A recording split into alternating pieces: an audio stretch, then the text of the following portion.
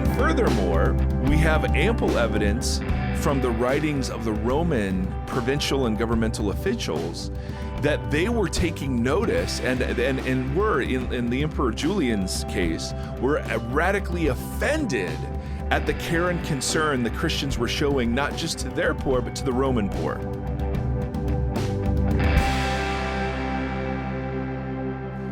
Hey everybody, welcome to the Vox Podcast. So glad you're tuning in. It is a beautiful, beautiful summer day here in Ohio, but it is not summer everywhere else. Tim, what's your weather status right now? It was 46 this morning outside. It's cloudy? been raining and thundering and lightning the last few days. Oh, nice. Yeah. Bonnie, Texas, talk to us. 77, cloudy, but no chance of rain. Humidity, 120 million %. And if you could see Bonnie's hair right now, that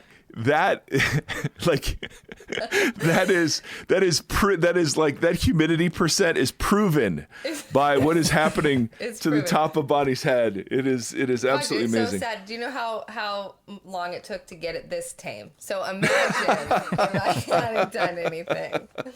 Oh, it's awesome. So anyway, my brothers and sisters, hey, I want to give a thank you to the many of you who have reviewed our podcast and liked it and subscribed to it. Like that means a ton. I went back and was reading some of the reviews, and boy, thank you. I'm so delighted that we get to be a part of this, and I'm very appreciative of you taking the time to do that. That helps us in many, many ways. We've got a mailbag episode today because it's just so much. It's so fantastic, but it's so much to keep on top of. So we've got several great questions, and we're going to start today with some middle-aged white men.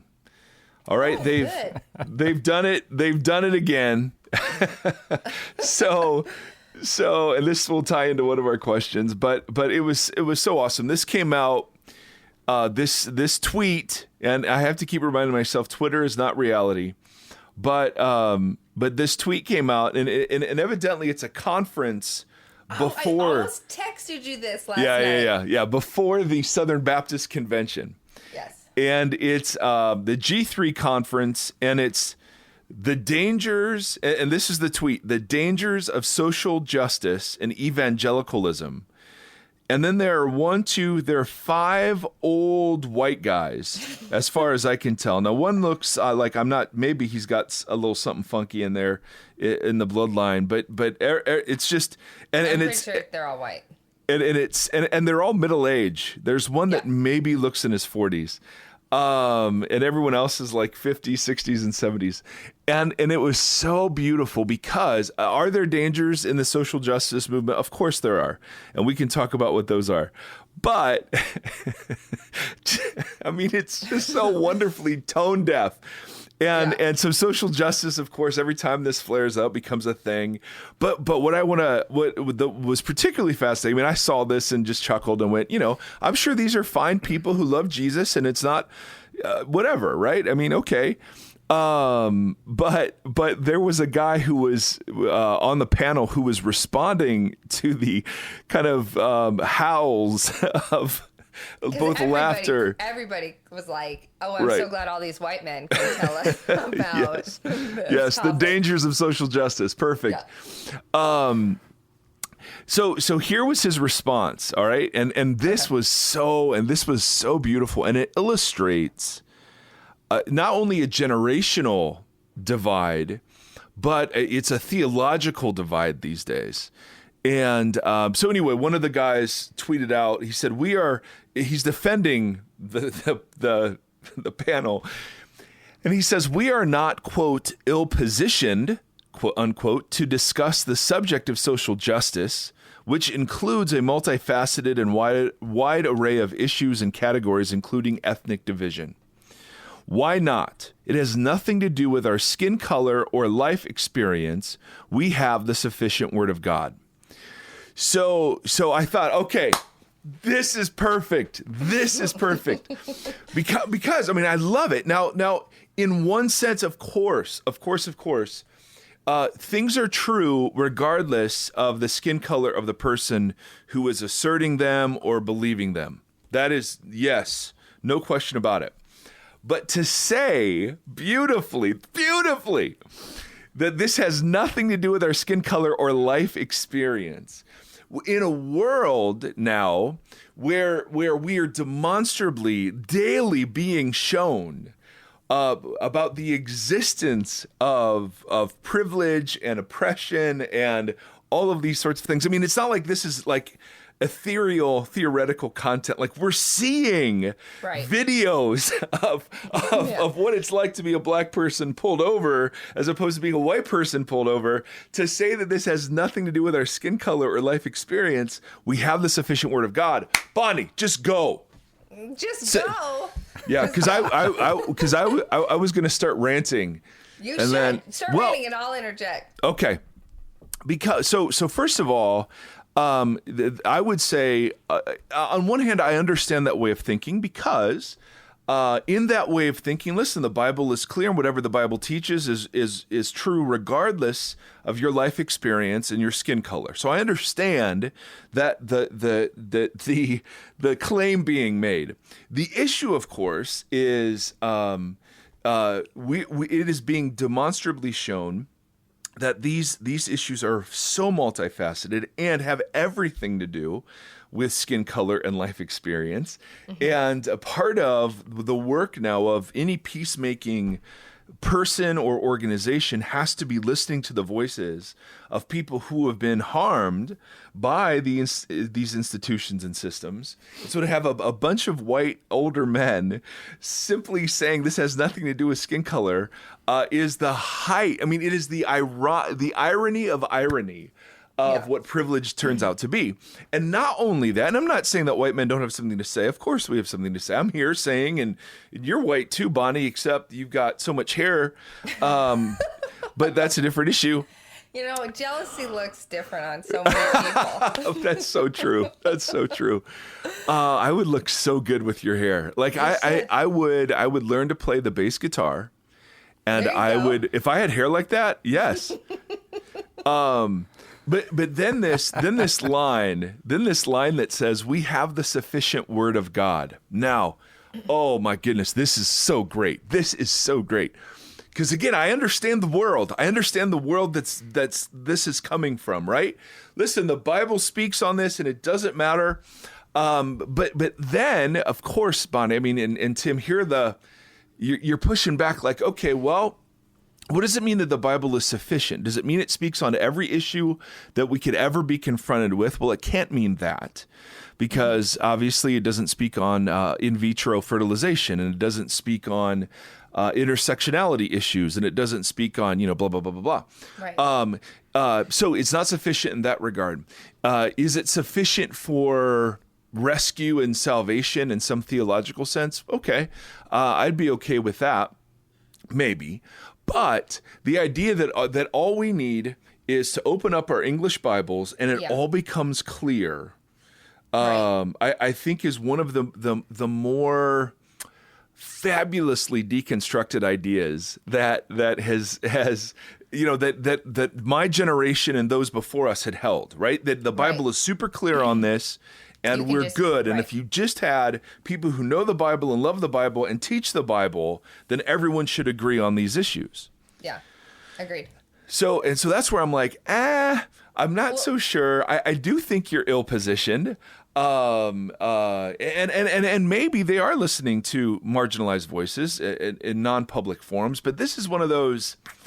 It just seems like, okay, it's a perfect and emblematic illustration of where certain parts of the church have completely missed the greater cultural movements, and as a result dramatically hurt their witness on these issues. It doesn't matter if even if you were right on these issues, to just have a bunch of old white guys up there announcing their rightness has nothing to do with the real and everyday life experiences of tons of people.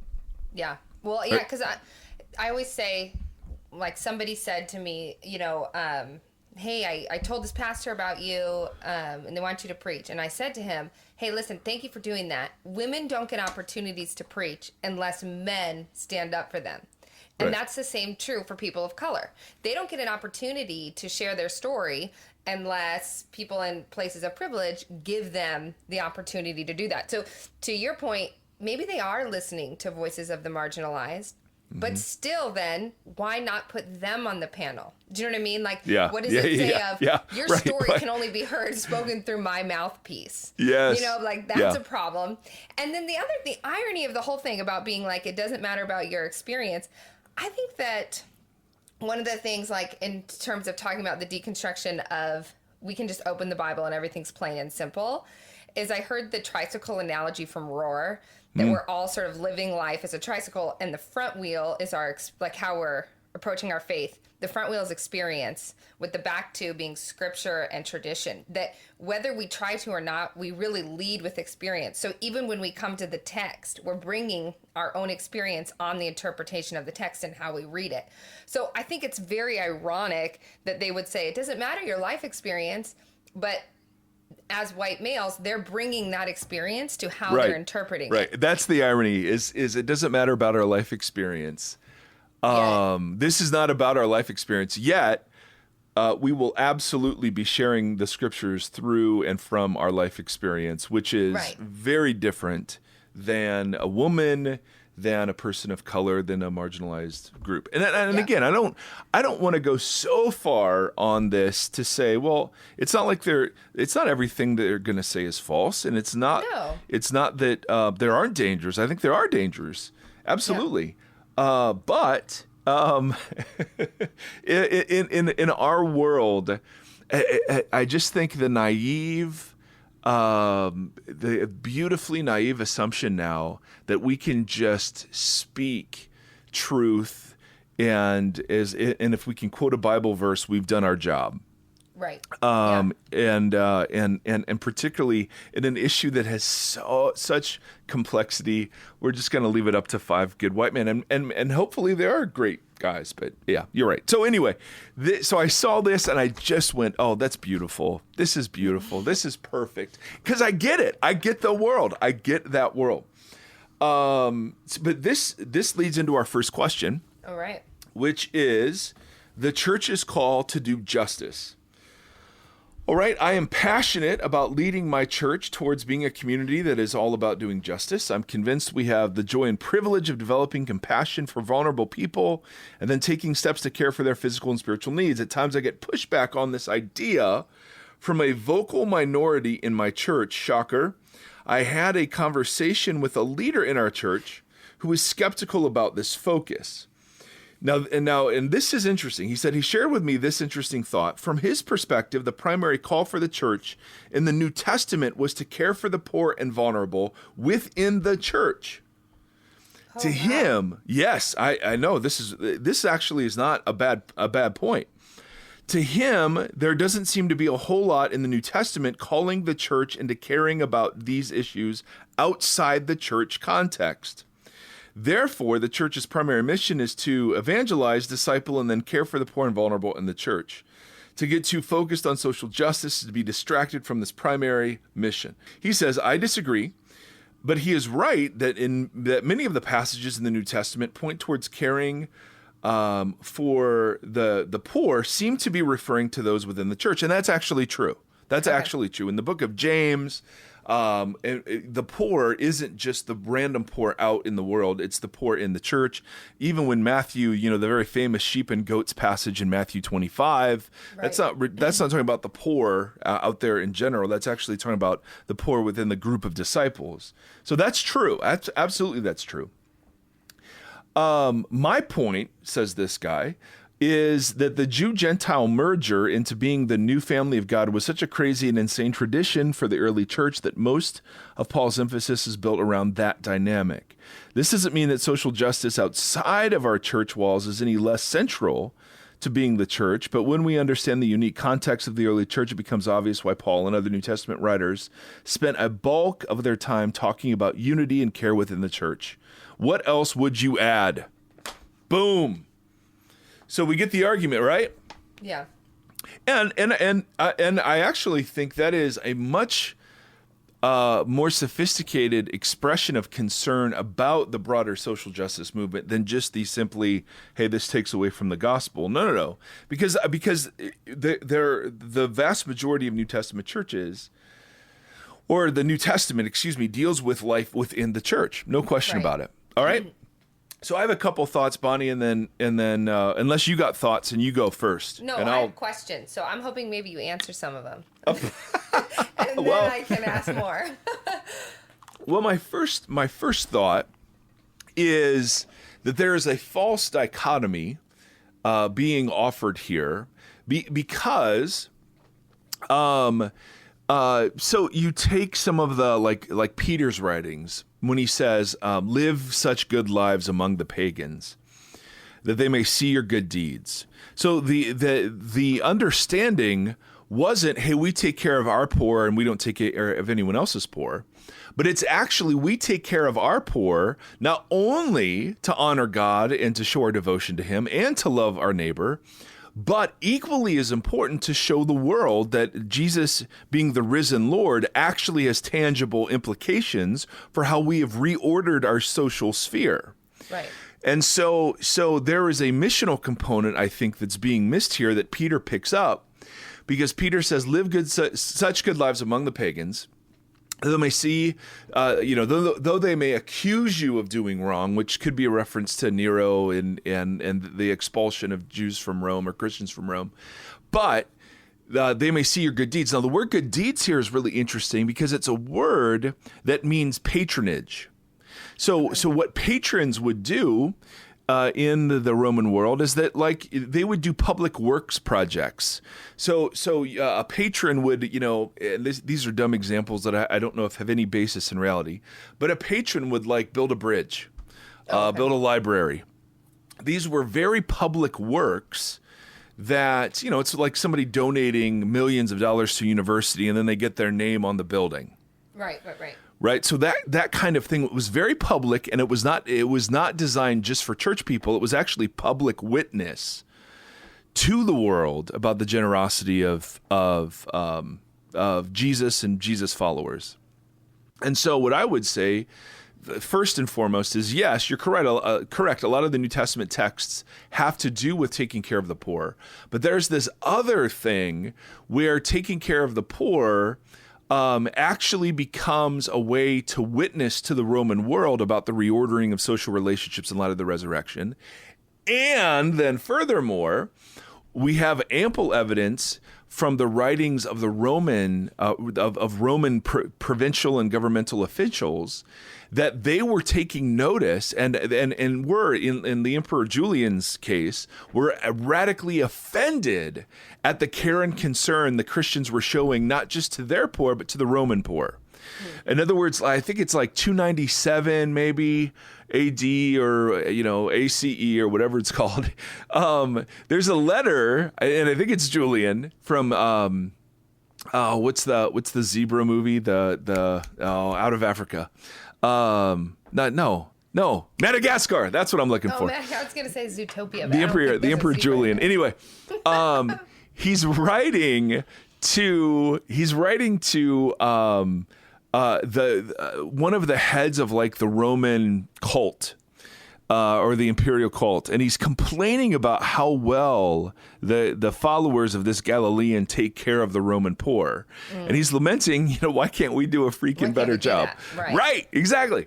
So my point would be to say, certainly the thrust of the New Testament teaching about the poor is that you were to care for the poor in the church, but that even that was to be a greater witness than to the world about the reality of the reordering of social distinctions.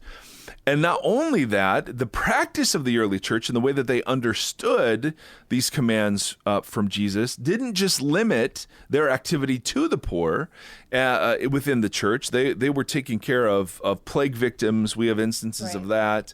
So they were there. One of the, and then Rodney Stark, of course, wrote this incredible book called The Rise of Christianity. And there he highlights many of the factors. And one of them was the absolute like earth-shattering generosity of the early Christians, not just to their own poor, because everyone did that.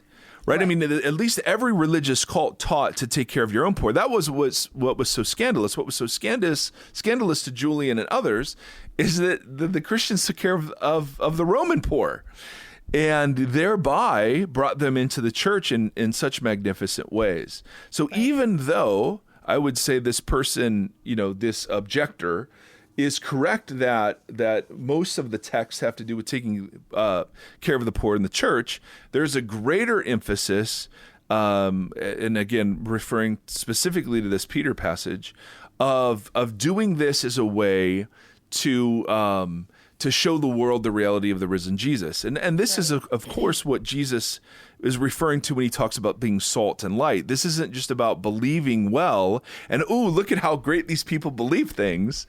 But it was about, no, with Jesus as Lord, you actually live in a much deeper, richer, more compelling way for people. Like a city on a hill would draw people to it, you would draw people to Christ. Now, does that answer anything? No, but I think it sets it up well. Perfect. And these questions might just be a product of my own weird brain, but I have two questions. And the first one, I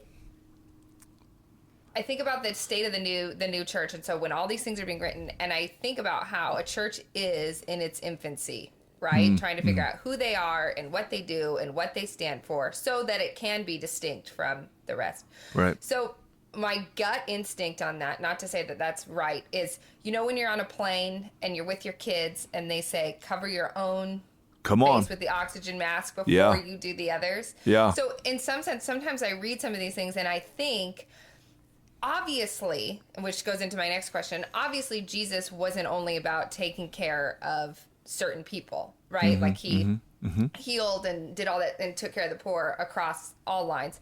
But so I wondered, do you think it's fair to say in some of these texts that the idea is more of like, this is how we take care of our people, because then we can take care of the world? Does that make sense? And I don't know if that is true or not. But for me, which leads into my second question, which is, how could we say, like, to me that sets it up as, well, the letters are Paul says this, but Jesus did this, but I'm going to go with Paul. Like, I see that train of thought a lot, and that bugs me. Yeah. Because I don't think you can do that. Do you mean because what someone might say to that would be, well, Jesus was taking care of the Jewish poor, so he was like, now there are exceptions, of course, but there are exceptions because they weren't, precisely because they weren't the normal practice of Jesus. So they would say, perhaps, and I don't know, that Jesus practiced exactly what Paul preached, which is you take care of the family of God sort of first.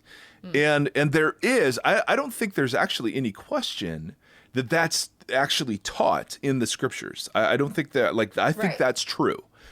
The issue for this person seems to be, well, then that's where it stops.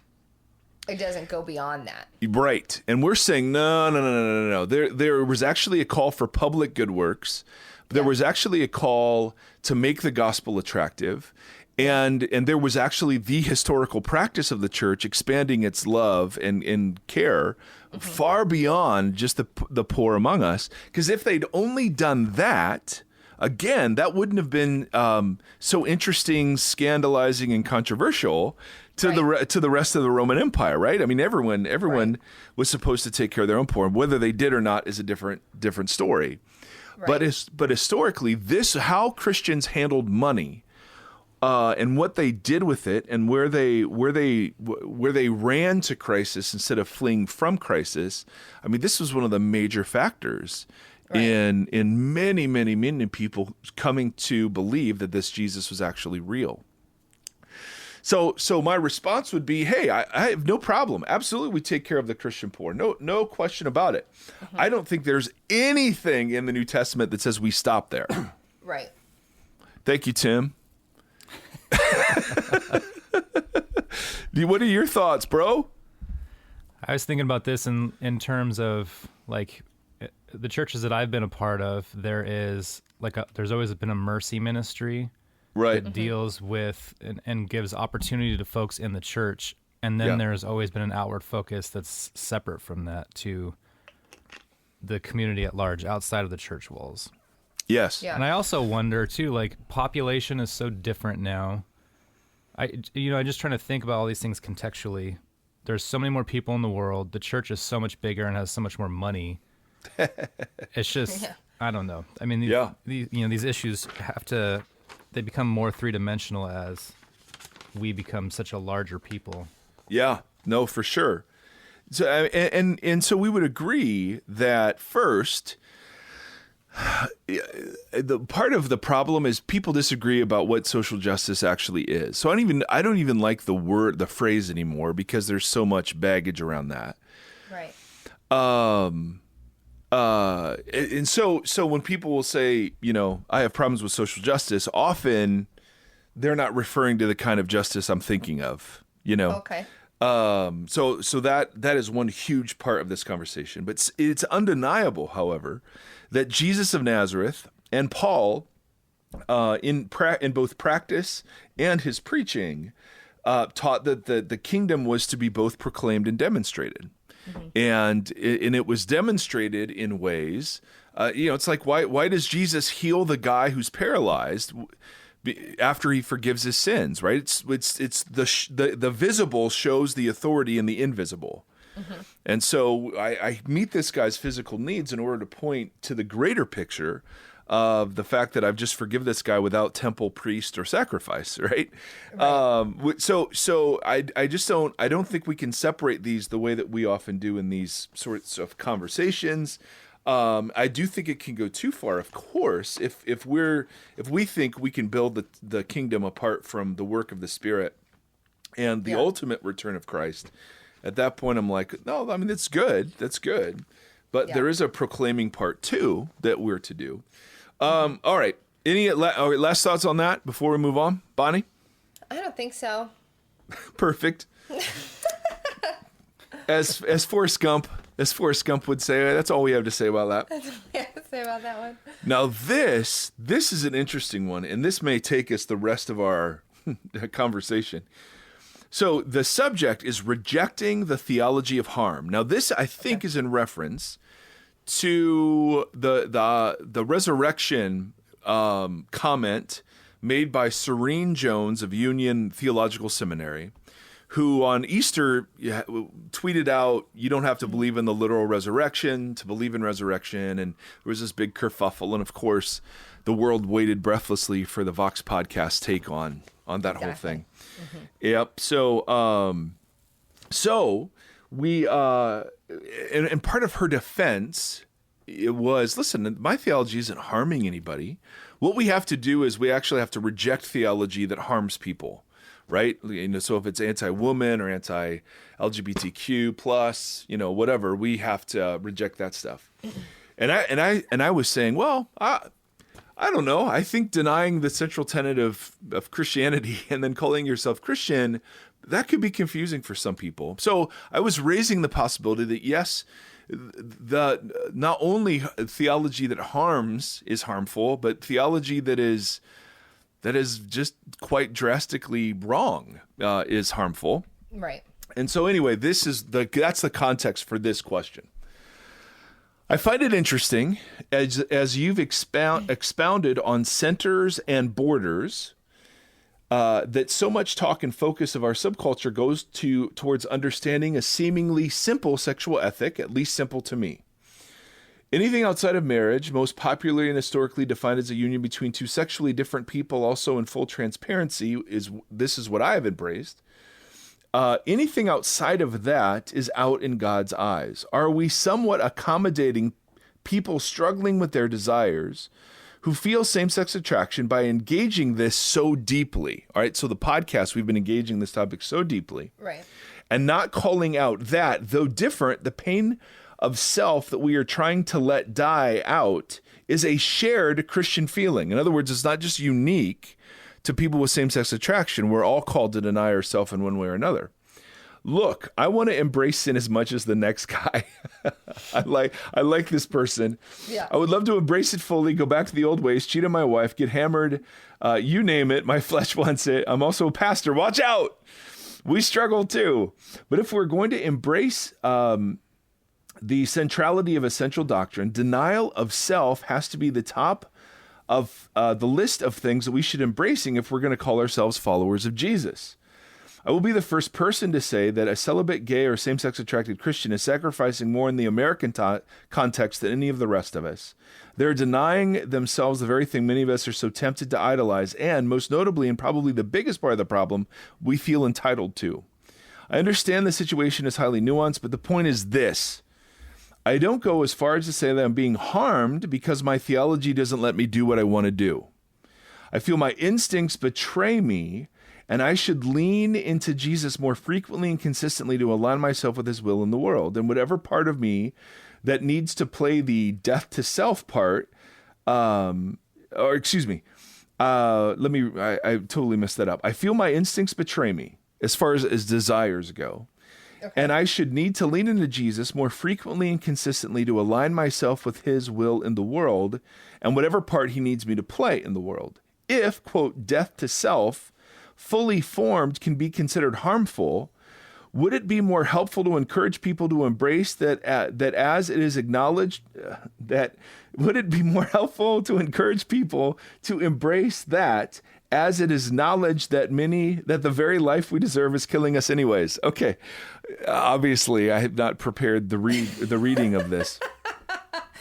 Let me try that one more time, for crying out loud. I think you could summarize it. Hold on. I'm going to get this out, Bonnie. All right. If, quote, death to self, fully formed, can be considered harmful, would it be more helpful to encourage people to embrace that as it is acknowledgement that the very life we desire is killing us anyways? Okay, at least read it, right? And that was totally worth the pause. I don't know if I'm being helpful, and I'm reading this all because I think it raises some really interesting points. I don't know if I'm being helpful. The pastoral side of me desires deeply to show love that meets people in their moments. But when I see people seemingly ask God to accommodate them, I say, join the club. Obedience flat out hurts at times, but I trust that God knows far better than me. Boom. Now that's a question, Bonnie. That is a question. All right. So let me summarize. I think it was good you read it out loud. Okay. I just want to affirm you in that. Oh, okay? well, thank you. It took a while. Sometimes obedience is painful. Yes. And you did your due diligence. I did it. I'm a pastor too. Watch out. So it seems to be, if I could, and tell me if you think I'm doing this justice. The theology of desire embraced by America is that self-expression is one of the highest goods. Follow your heart, follow your dreams, and anything that blocks desire or that seeks to guilt desire or manipulate desire or shame desire, like those things are considered oppressive. And then if that's true, as some people would say, and this is when I hear some of my progressive friends talk about desire, I hear them express it in these terms. Then the question this gentleman is raising is, well, then where's the death to self part? Mm-hmm. And if every desire in our culture is innately good and part of me being me, then where in the world do we get? Can we say that discipleship to Jesus includes, pick up your cross, deny yourself, pick up your cross and follow me, right? I mean, that call then becomes absolutely meaningless in a world where following Jesus means believe several of the right things, but ultimately follow your heart and your desires wherever they lead. So I feel like that's a little bit of a blanket statement. I mean, I don't think absolutely. anybody's saying, you want to murder somebody, go for it. Do you know what I mean? Like, I don't think that's happening. So to me, it feels like this is, and did you say that he said in there about the LGBTQ community? He just Is talked this about, what- yes. So Okay, he's is that saying, what he's referencing? yes, it seems to be that Okay. we focus so much on the LGBTQ community. Why can't we simply say that self-denial, like obedience to Jesus, is tough? And why are we asking God to accommodate our desires and not giving enough room for the concept of sin or fallenness in our desires, like the redemption of desire? So, no, I don't hear anyone saying any desire is fine, but there Right. is a cultural subtext that is very much follow your dreams, follow your desires, and obviously there are boundaries to that, but those boundaries are, over the last 10 years, say, have been dramatically pushed from where they resided for hundreds of years prior to that. So it seems to be a couple of issues. One is, what's it mean to deny yourself, to die to yourself? I think that's a fundamental question or assumption that's being raised here. All right, so Bonnie, go. That's a great question. I think I don't always. I have a problem because I don't always think that. I think we put desire and sex together more than the Bible does, or more than other cultures do, if Right. that makes sense. So Sure. I sometimes think that when someone says like die to your desire, that's what we're mostly focusing on. So I'd like to shift that a bit because I'm not sure. I think that for me, when I look at it, and I'd have to look it up again to kind of see, but to die to yourself or die to your desires, I would say anything in your life that holds allegiance above Jesus. Right. That's what I would say it as. Right. So in that sense, because my desire is that I'm king or I'm queen, right? Yeah. And so Yep. anything that makes that true or puts me in that position, I would say that's what I need to die to. Okay. So that could be money, right? Could be Which money. Jesus deals with a lot more. That could be reputation. That could be fame. That could be any number of things. Vanity, anything. Yeah. Right. So to die to self, to take up your cross, and to follow is some sort of self-renunciation. In other words, it's expressed when Jesus says, "Not my will, but your will be done." Right? Now, I think the reason that people reject and object, especially in Christian circles, to that is that what's happened is that we've been sold such a thin version of the kingdom life that Jesus talks about. So instead, what we have, instead of life in fullness and life in the kingdom, we have just sin management. And so Right. what people have experienced from the church isn't the redemption of desire at all. It's rather been the suppression of desire, the pretending that those desires aren't there, the non-transformation of those desires, even when the church has promised that Jesus will change them. And so, you hear something like that and you just go, well, screw you guys. Because that is oppressive. The way that we've taught or tried to teach people to manage desire has been horrible and has done great harm. So I think there's a legitimate complaint against the way that this traditional teaching has been used in the lives of people, right? I mean, and sex actually turns out to be the best example of how harmful, just good Christian people don't ever struggle. Good Christian people aren't disappointed in their marriage. Good Christian people don't want to have wild and crazy sex. Now, again, it's so much broader than that, right? But sex has been always been the issue in the Christian church. It's not been pride. It's not been money. It's not been any of those sorts of things. Right. So I think there is a legitimate objection to the straightforward, dude, yeah, obedience sucks. Absolutely. Suck it up, Right. princess. That sort of, and so my objection or one of my responses to this person is, no, I'm totally with you that like taking up your cross, denying yourself, following Jesus, like that's central to following Jesus. To say that Jesus is Lord means authority. Right. Right? Like Yes, absolutely. So I'm totally there. But I think the way this teaching has been used and weaponized, and again, weaponized is such a loaded term, but particularly around the subject of desire, it's no wonder that people simply cannot fathom a way in which life is lived wanting something and not having it. and that's why we've had so many of these celibate, same-sex attracted people on the show, because they're actually embodying what was supposed to be the universal practice of Jesus followers ultimately, which is that whatever it was that keeps you from giving allegiance to Christ must now be set in second place, third place, or whatever. And so here are these people who hold the traditional ethic, who are looking at sexual desire and saying, I can actually be fulfilled as a human person and flourish when my sexual desires aren't being genitally met. Mm-hmm. Right? Yeah. Now, whether or not you agree, that's still like kind of what the picture was supposed to look like at some point. Right. Yeah. So one thing I would say is I'm sympathetic to the, of course, set aside anything that gets in the way of allegiance to Jesus. Yes, absolutely. That's what it means to say Jesus is Lord. We've not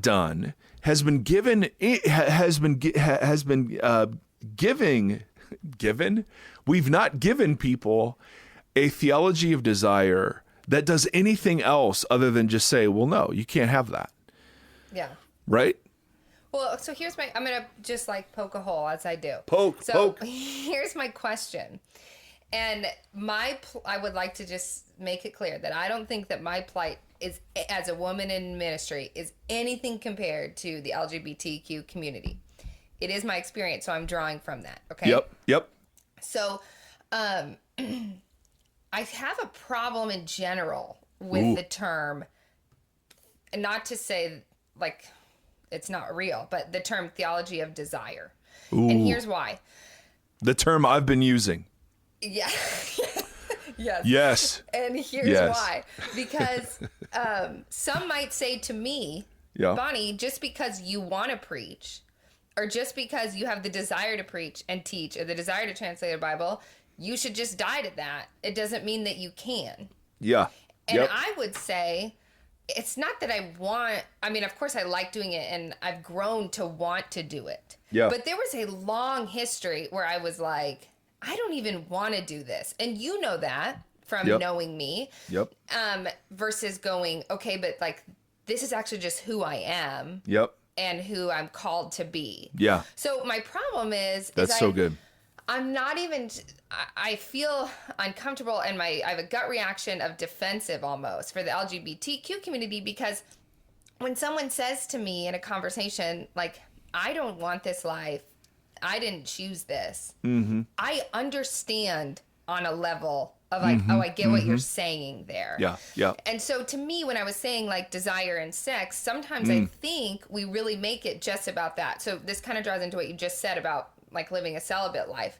But as I'm going, I'm not sure that it's fair to say to somebody, your desire is blanket this. Like someone might say to me, your desire as a woman is just to be a feminist and just to preach because you want to, be over the men or whatever it is that disagrees with me.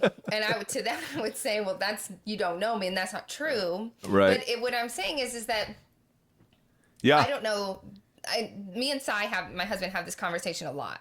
Yeah. And he said to me, he's like, until we got in these conversations, it takes a lot for me to figure out what it means to be a white male, because there's nothing that I feel like I am that I'm not allowed to be a white straight male. Right. Whereas women, people of color, the LGBTQ community, that's a different story for them. So I think for somebody where everything that you feel like you are is permissible and allowed, then it does become about desire. Okay, but hold on a second. Yes, but let me be this guy for a second. Go for it. Yeah. Oh, this is so good, Bonnie. Okay, but my desires lead me to want to have sex with not just my spouse. My desires lead me to want ambition way beyond, what would I don't know, what would be normal, or money beyond what would be normal. So in that sense, isn't the restraining of desire in some direction or another, isn't it universal? Yes, I'm saying I agree with you there. Okay. But I'm saying then I misunderstood. Sorry. So for you, as a white straight male in America, yes, there's nothing that you feel, and correct me if I'm wrong, innately, I am called to be a preacher. I'm called to be a whatever, Ohio State fan. That's what I'm talking about. Yes. You feel is innately you. Yeah. Nobody has ever said you can't do that. Okay. Yep. Like innately you, as in in the good of that. Yep. That is not true. I totally women, agree. Yep. For LGBTQ, for people Absolutely. of color. Absolutely. So for you, it is a theology of desire, because it's not a reflective of your innate nature. It's reflective of desires you have. Oh, that are external to my nature. Got it. Yes, for other people, it's about nature. Yeah. So I have a problem using the term theology of desire because it's not that cut and dry. Then I will never use that term again. You can use it. I'm just speaking. So I'm saying inherent in the question is I think we need to unpack that a bit. That it's actually a privilege to say, I just have all these desires and I have to die to self. Right. It's outside of nature, and that's not true for everyone. Got it. Okay. Oh, I'm going to have to stew on that. So the distinction then would be the desire that I feel as a white man to have, let's say, sexual relations with many different women. Okay. That's part of me, right? That's not external to me, but I'm right. Cause I'm not, it's coming from you. I didn't choose that. I would much rather just be somebody who is I don't know. I mean, totally happy either as somebody who's celibate or whatever. Right? Yeah. I don't like that there's still these wantings. When you get something, there's more wanting. And that doesn't seem like it's something external. That seems like that's coming from this deep place in me. Okay. And so, and again, Bonnie, I have no idea. I'm just, devil's advocating and thinking out loud or whatever. And I'm trying to put myself in the position of this person to say, is there that big, like, you're right. There are roadblocks to fulfillment that are attached to who I am in the marginalized communities that I can't possibly understand. To be a person of color, to be a woman. Yes, no question about it. But is that a function of a difference in desiring, or is that a function of cultural, I don't know, contexts and underpinnings? Do you see what I'm saying? Yeah, totally. Is the, I don't know. I'm just trying to. I agree with you, and I think we have. I mean, this conversation wouldn't happen even 10 years ago, probably. You know what I mean? Because we have so much more thoughts about it and things like that. But I also think that is the beauty of the plight of discipleship, is that it is anybody's job to go, is this cultural or is this me? And what does the Bible say? And what is the Spirit? That's what we're here to do, to spend our lives working that out. Right. But I still need to understand what you're saying, because I think it's a really important point, and I don't think I've got my brain around it yet. Okay. So, and again, I don't know where I'm at on this, but I'm just going to play this guy, and I'm going to say, okay, hey, there are things I want to do that Jesus says are out of bounds, and so I don't do them, and that sucks, but I don't do them. Okay. Right? Your counter, and help me, your counter is, hey, it's super different when you're a white person, a white straight male, saying that, as opposed to somebody who has been told, because of who they are internally, that their desires are automatically wrong because they're a woman, because they're a person of color, because they're same-sex attracted or whatever. Right? Is that what you're saying? A little bit, yes. I would add, I think you mostly got it. I would add, because it's not necessarily, I think we would all agree there are certain desires that we all might have that might be, taking it back to this, harmful to others. Right. Okay, so Right. like killing somebody, being unfaithful, all those things. I've never met somebody that's, and maybe this is just a blind spot for me. I've never met somebody that says, well, I'm a rapist. That's just who I am. Right. And so what I'm trying to say is that sometimes we say, if somebody says, this is who I am as a child of God, I'm X, Y, and Z, like take me as a woman, for example, I'm a woman and I'm called and gifted to preach and teach and write and things like that. And someone might say, well, no, that's just a faulty desire you have because you're a woman. And the Bible clearly states that you can't X, Y, and Z. And so to your point is there hasn't been, and maybe I'm wrong, but this is coming off conversations with my husband. He said, there's never been something I've wanted to do with my life. It's an expression that comes out good, that would bring people to Jesus or whatever, that someone has said to me, you can't do because of who you are innately. Absolutely. I totally understand that part. I'm trying to connect it to, yes, no, and that's so true, Bonnie. And that's so true. And that's what's different in me over the last several years. Yeah, is the absolutely. realization that, oh, my experience of American culture is so vastly different from other people's experience. And I would have said that in theory, but now you're Right. being shown it every day. Right. So totally. No, so I'm just saying, I agree with you still, that there are still some things that everybody has, or like people of color or women or anyone on the margins would say, yeah, you still have to deal with that. And you still have to, whatever that may be, bring it. What I'm saying is the term, if we automatically just assume that everybody on the margins is operating on desire, I don't think that's Right. fair. Got it. Because Because you can sometimes minimize they're it then. So, okay. Yeah, So that's yeah, easily and discount it. minimized. Got Yeah. it. Okay. Well, that's absolutely true then. Yeah. Because yes. Yeah. I'm sorry. I'm obviously thinking out loud, so that was No. not as clear as it could have Obviously, been. no, Bonnie. Obviously, me too, man. No. You were great. I'm slow. So then actually, I think we're actually in agreement because too. because I would say, I don't know. I would agree totally with Sai in saying I have no idea what that's like to be in a situation because of who I am. I'm not allowed to do something. You're absolutely right. Absolutely right. Absolutely right. And then you're confronted with, but I have this desire to do this thing. Right. And then how do you begin adjudicating? Because in your instance, I would say, well, I think the Bible obviously permits. There's a reason you have that desire. There's a reason we all have sexual desires, right? I mean, obviously it's C.S. Lewis's famous, if you have a desire for something, odds are it exists.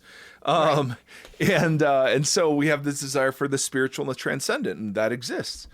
But so I won't use the phrase because that's not what I'm hearing. What I'm hearing is because I think maybe I'm individualizing this too much, and that's what you're struggling with, maybe. Yeah. Because what I'm saying is, listen, right. I just have have moral impulses, and those are sexual, those are ego, those are prideful, those are hurtful. And and part of discipleship to Jesus is learning to submit those, to believe that rather than getting angry in this moment, the better way to live is to forgive and to seek peace. Right. And instead of lusting over this person, the better way to live is to seek purity of heart. Right. And because it brings the kingdom now. Yes. Not because it's the right, I'm Just the right thing. Yes. That's part of our Exactly. conversation last Exactly. week. Exactly. Yeah. No, that's so good. That's exactly right. But you're saying, and this, see, again, this is so good. It's similar to what we were saying last week about repentance isn't just individual. So in this sense, desire isn't just individual either, because there have been systemic evils and systems that have torn people apart by saying that their innate desires, for whatever this is, are absolutely wrong. they can't be acted upon in any holy context. And then that's all we say. There's nothing behind that. Right. There's nothing behind that. No, I think that's true. Now, how would you then, so to this guy who says, hey, okay, so what about, take up your cross, deny yourself and follow me? I think his question is more about how do you adjudicate the impulses of the human heart? To say, just because I desire something doesn't mean it's wrong, but it also doesn't mean that it's right. Mm-hmm. And so the pastors among us would say, well, that's where you go to the scriptures, and you have the scriptures to help reorder sort of desire. And that's part of the work of the Spirit, part of transformation. What I hear from a lot of folks is we don't ever, that's overstating it. We are very hesitant to correct people's desirings, right? It's part of what we talked about last week. Like that's been weaponized, right? We don't, all right, to say to somebody who's same-sex attracted when they're 18 that you will never ever have sexual genital relationships that are satisfying to you under God's blessing, right? That's that seems like a curse, of course, rather than just obedience is hard. Right. Okay. All right. Tim, you got thoughts, buddy? Is this making any sense, or are we dragging on way too long? No, we kind of talked about I led worship at a men's retreat this last weekend, and we were talking a lot about distractions and desires and that kind of stuff. And I was remembering, and this is a very simple example, very basic. Do you guys know who Ray Stedman is? I've heard of Ray Stedman. He was a famous pastor, writer, person. Yeah, writer, pastor in the Bay Area in the 70s. And I used to read a lot of his books when I was teaching because I like to steal from him. Perfect. And he used to have this little analogy. He had it was a diagram, and it was a little chair, a little throne of your heart, and then it had like these little satellites that floated around it, right? That was Bill Bright. That was a Campus Crusade for Christ thing, too. It was like whatever's sitting at the throne of your heart, Right. So there's this continual checking of what's sitting there. And in America, often it's work, or it is desire, or it's something of that nature. And God becomes one of the satellites that floats around that throne. And whatever sits on the throne tends to infect whatever's kind of floating around the throne. Mm-hmm, mm-hmm. So we're having a long conversation about what it means if you're continually checking that it is Jesus that is in fact sitting on that throne. He begins to infect those desires, and those things begin to change just based on the fact of being active with what is sitting at the throne of your heart. I was thinking about this last week too with the repentance talk, because I feel like for me repentance is not just one time turning and facing towards Jesus. It's like a daily, like I have to pick the cross up daily. So I'm living, my faith is active, not passive. It's not a thing where I'm like, I have repented and I have turned. It's like today is Friday and I'm going to have to repent and turn again. And make sure that I'm reoriented. Honestly. Yeah, exactly. Yeah. Yeah. So the whole, like, Jesus enthroned in my heart. Boy, that's an interesting image. Because that was central to me when I was really young. I mean, this was the Campus Crusade, like picture. You had this 4 spiritual law booklet about Jesus, accepting Jesus. And then you had this Holy Spirit booklet about Jesus sitting on the throne of your life. And that's interesting. That might be worth exploring someday, because I'm like, oh yeah, I see what it's trying to get at. I don't know. That's tough, because first of all, I can't do it by myself. Which was also an interesting conversation about repentance too. Like, we talked about kind of national repentance, but even just like the role that the community plays in personal repentance. Yeah. Oh, yeah. Ooh, that's good. What's interesting about that Jesus on the throne of my heart is when you said that, I realized that as a kid, I was constantly taught, like I would never pictured him on a throne in my heart. I constantly pictured like the door was shut and he's just like standing there knocking. Yeah. And I remember being like, you just have to answer it, and being like, I have. And he's still knocking. Oh my goodness. Wow. But all that to say is that like how Tim is talking about, like what we went back to about leading with experience, how Tim is experiencing it and how you are based on like what you've experienced in your life. I mean, the same thing is true for repentance, in that like I grew up in a denomination that was very much like, he's going to knock until like you get your stuff figured out. Do you know what I mean? Like it wasn't open it and then he comes in and figures it out with you, you know? Right. You kick him out, the next lie you tell, he's out, he's knocking again. He's got one foot out the door.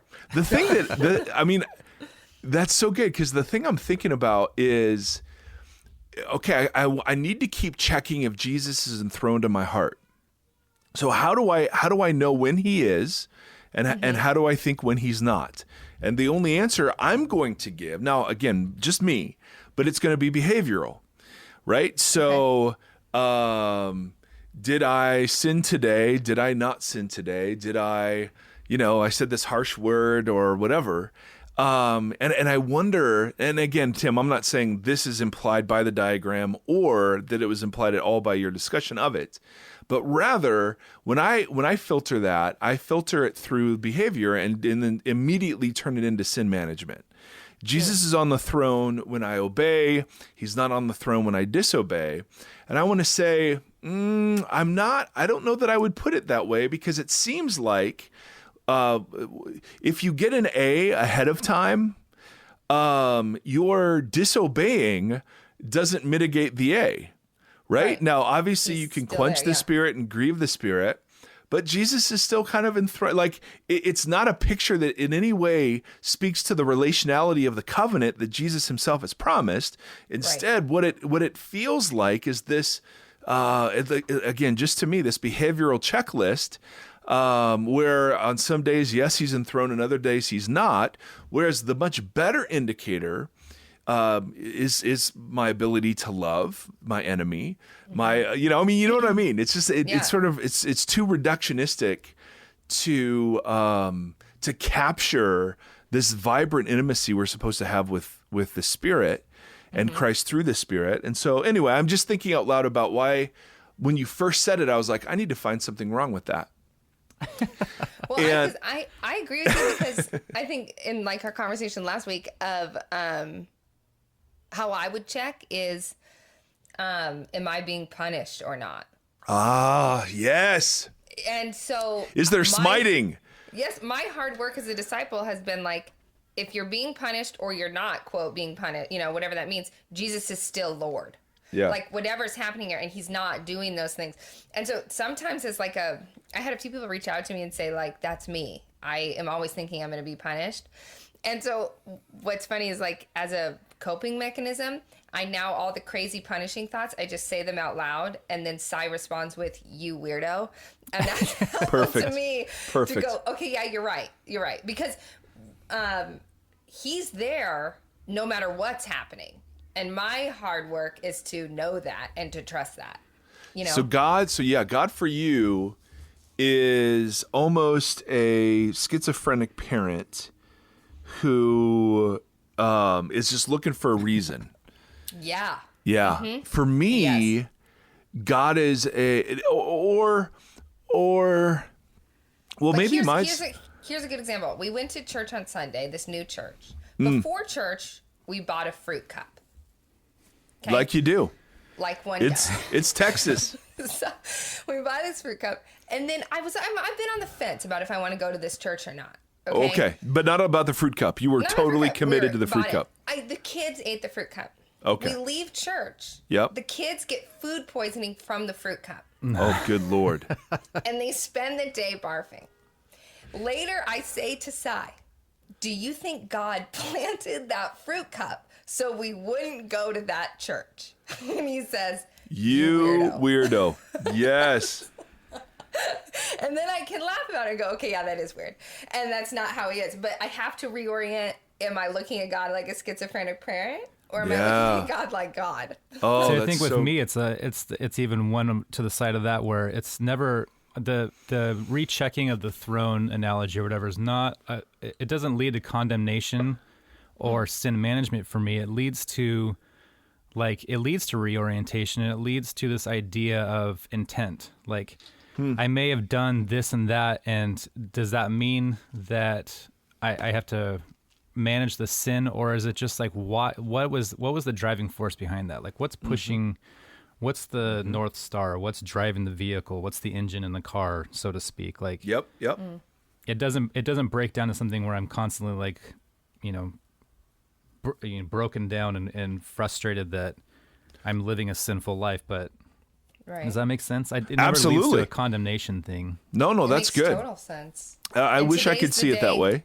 Everybody found out that Tim was the most healthy spiritual person on the podcast. Yes. Yeah, I always feel like I like my analogy for how I picture God is like God has given me a Lamborghini. Of desire, of ambition, of all of this stuff. And then he put the speed limit at 55 Oh, on bummer. a straight road going downhill. And then he sits at the bottom of the hill with a radar detector, and he's waiting to pull me over. And But he set you up for it. yeah, and so Entrapment.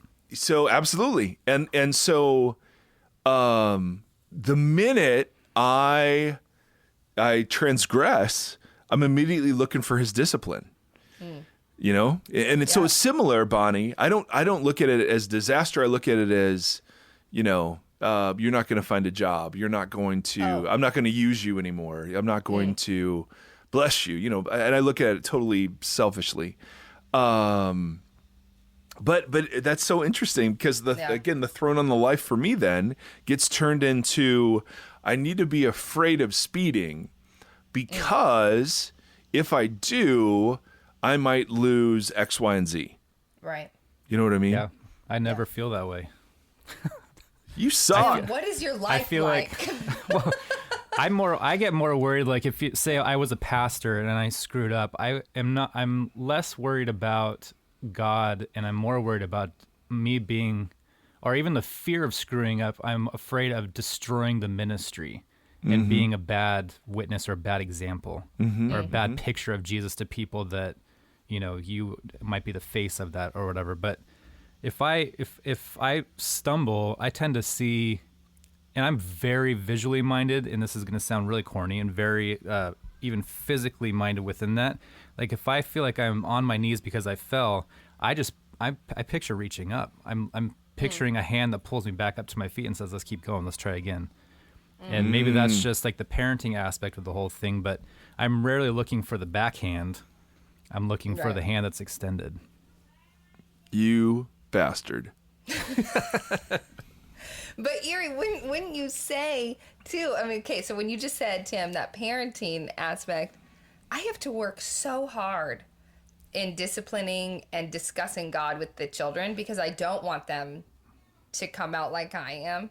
Oh yeah. So I have to say so many things that I'm like, oh my gosh, if only I believed this, Yeah. or like lived like I did. Right. Because I do believe it, but Oh yeah. yeah. Yeah, I mean, my biggest thing, there was a guy named John Coe. Who, I know John Coe. You know John. He's a Talbot. Unbelievable. And he threw this line out once. He's like, most parents teach moralism to their kids. They just teach sin management. You got to hide your sin. But So the gospel is, and I want to do a whole show on this because I see this now everywhere. Right. But the gospel is we're actually still loved in our badness. And we're not shied away from, we're not ashamed in our badness. Jesus pursues us and sits with us and calls us and invites us out of that. Right. And so I've practiced that with my kids where we don't do behavior management.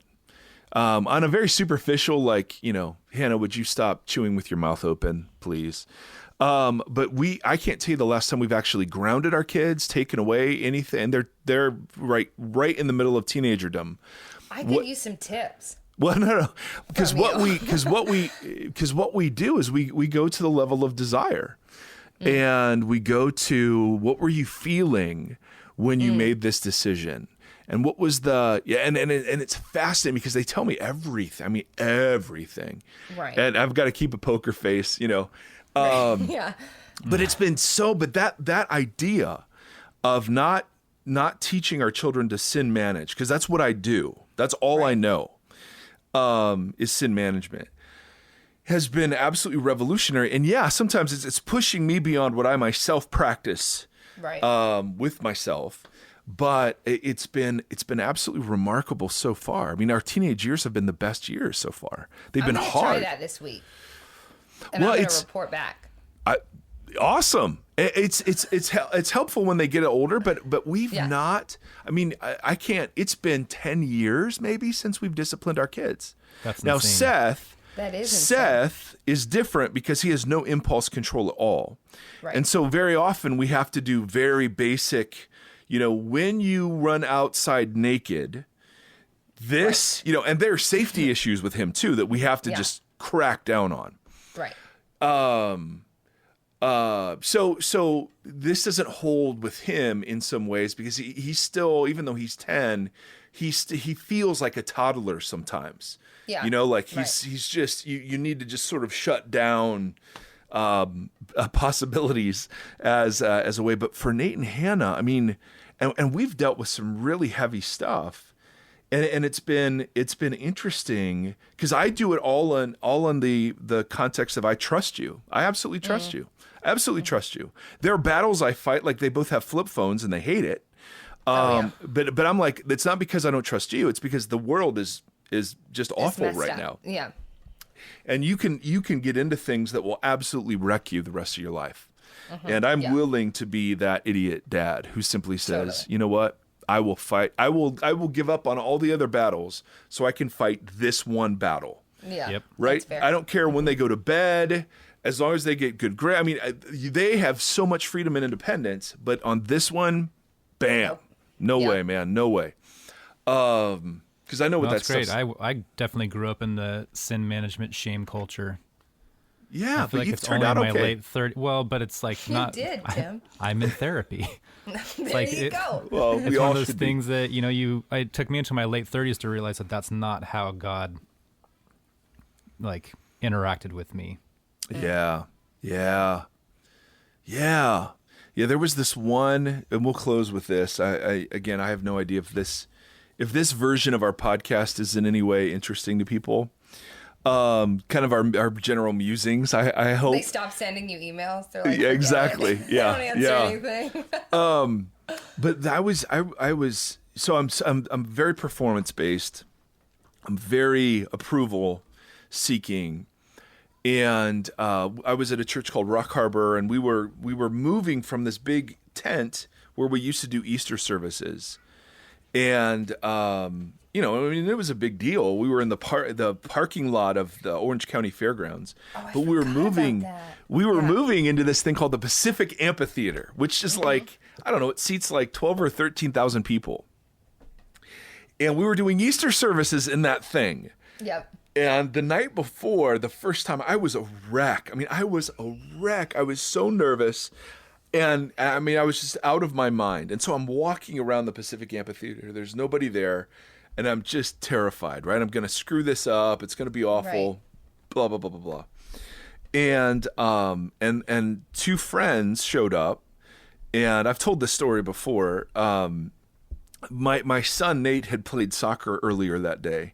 And we were just discovering that he was actually really good at soccer. So he'd scored like 4 or 5 goals in the first 10 minutes, and we just had to pull him. I mean, it was like, this is not fair. This isn't fair. Yeah. And so I'd been thinking a bit about that. I was like, how cool is that? And then I unfortunately discovered I was one of the parents that cared a lot, that it was, that he was good at that. But yeah. Anyway, long story. These two friends come over and they offer to pray because they see that I'm a mess. And as they begin to pray, my brain drifts off. And I was just thinking about how cool it was to watch Nate play soccer. And one of the dudes grabs my shoulder and he interrupts his prayer and he grabs my shoulder and he says, Mike, the way that you were thinking about Nate right now is the way that the Father is thinking of you. Oh, I love that. Now, I love it, but I just can't believe it. I just utterly and absolutely cannot believe that is true. That is true. That would be life-changing to believe that. Like, I don't believe that's true for me. I believe that's true for you. Yeah, exactly. Exactly. Oh, I believe it for you, Bonnie. You are the apple of God's eye, man. But I can't, no. And I mean, I was weeping and but it didn't penetrate into the depths, you know? I was like, my goodness, could God actually think that? But that is how I've tried to walk with our kids, has been that sort of posture. Yeah. And it has been, and again, we're not done, and holy cow, we are not perfect.